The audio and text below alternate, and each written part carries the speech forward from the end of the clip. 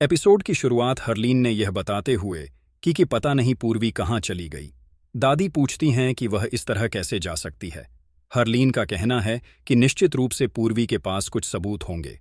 दीपिका सुनती है और मोनिशा के पास आती है और कहती है कि आप यहाँ स्नैक्स का आनंद ले रहे हैं, और बताती है कि माँ को यकीन है कि पूर्वी को नेत्रा के खिलाफ सबूत मिले हैं और उसे सावधान रहने के लिए कहती है। मोनिशा उसे शांत रहने के लिए कहती है और बताती है कि उसकी नज़र नेत्रा पर है। वे नेहा को पूर्वी और अन्य के साथ आते हुए देखते हैं। युग हरमन से पूछता है कि क्या कोई सत्य सीरम ड्रिंक पीता है। नेहा ने पंडित जी से सगाई शुरू करने के लिए कहा। पंडित जी मंत्र शुरू करने वाले हैं। साहिल वहां आता है और सत्य सीरम की ट्रे उठाता है। युग कहता है कि मैं ट्रे को नीचे गिरा दूंगा, लेकिन विक्रांत उसे यह कहते हुए रोक देता है कि सीरम मिलावटी है। साहिल नेहा के पास आता है और उसे जूस देता है। दिया कहती है कि उसने पीने से इनकार कर दिया था। पंडित जी नेहा और आरवी को अंगूठी बदलने के लिए कहते हैं। पूर्वी नेहा को अंगूठी देती है। जस्सी देखती है। हर कोई उत्सुकता से देखता है। नेहा को नींद आ रही है।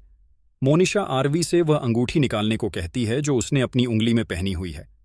आरवी वह अंगूठी निकालता है जो पूर्वी ने उसे पहनाई थी। मोनिशा मुस्कुराती है।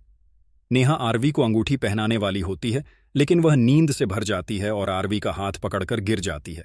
हर कोई देखता है। जस्सी साहिल के पीछे दौड़ती है। आरवी कहती है कि वह थकी होगी, मैं उसे गेस्ट रूम में ले चलूंगी। पूर्वी हाँ कहती है। हरमन, जसवंत, विक्रांत और दादू को लगता है कि सत्य का सीरम अपना असर दिखा रहा है। दादी पूछती हैं कि तुम सब कहाँ जा रहे हो। दादू कहते हैं, अगर तुम सब चाहते हो तो जा सकते हो। हरलीन उन्हें खाना खाने के लिए कहती है। दादी दादू से पूछती हैं कि क्या बात है। दादू उसे नहीं बताते। हरलीन बताती है कि तुम वही गलती कर रहे हो जो पूर्वी ने की थी। वह कहती है कि तुम मेरा नाम जानते हो, और जस्सी से पूछती है कि क्या वह सगाई रोकने आया था और नहीं चाहता कि नेहा किसी और से सगाई करे। वह कहता है कि हम एक ही थाली में हैं और एक ही पोशाक पहने हुए हैं।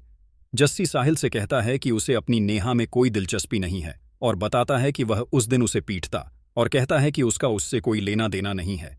मोनिशा साहिल से कहती है कि वह चला जाए वरना वह पुलिस को बुला लेगी। वह कहती है कि मैं पुलिस को बता दूंगी कि तुम यहां आए हो, भेष बदलकर, और नेहा भी तुम्हें नहीं बचाएगी क्योंकि वह अभी ठीक नहीं है। जस्सी कहती है कि हम तुम्हारे प्यार के बारे में जानते हैं और उसे जाने के लिए कहती है, और बाद में नेहा से बात करती है। पूर्वी कहती है नेहा बेहोश हो गई है। आरवी कहता है कि क्या सीरम की खुराक ज्यादा थी। सोहम ने दिया को फोन किया। पूर्वी ने दिया से जाकर बात करने को कहा। पूर्वी कहती है कि हम उससे सच कबूल करवाएंगे।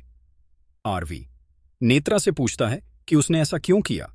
पूर्वी कहती है कि वह पूरी तरह से अपने होश में नहीं है, हम उसे बैठाएंगे और जब वह होश में होगी तब उससे सवाल करेंगे।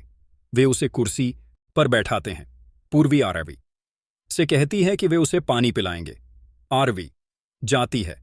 वह दरवाजा बंद कर देती है।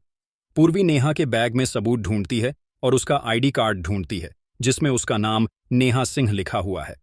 उसे पता चलता है कि वह नेहा सिंह है, न कि नेत्रा राय सिंह या नेहा राय सिंह। वह उससे पूछती है कि वह कौन है। नेहा कहती है कि वह एक अभिनेत्री है, लेकिन वास्तव में वह एक बार डांसर है। विक्रांत का कहना है कि यह अच्छा होगा। हरलीन पूछती है कि क्या हम परिवार का हिस्सा हैं, और कहती है कि आप लोग हमें इस तरह सोचने के लिए मजबूर कर रहे हैं, और कहते हैं कि अगर आप लोगों ने कुछ सोचा था तो हमें भी शामिल करना चाहिए था।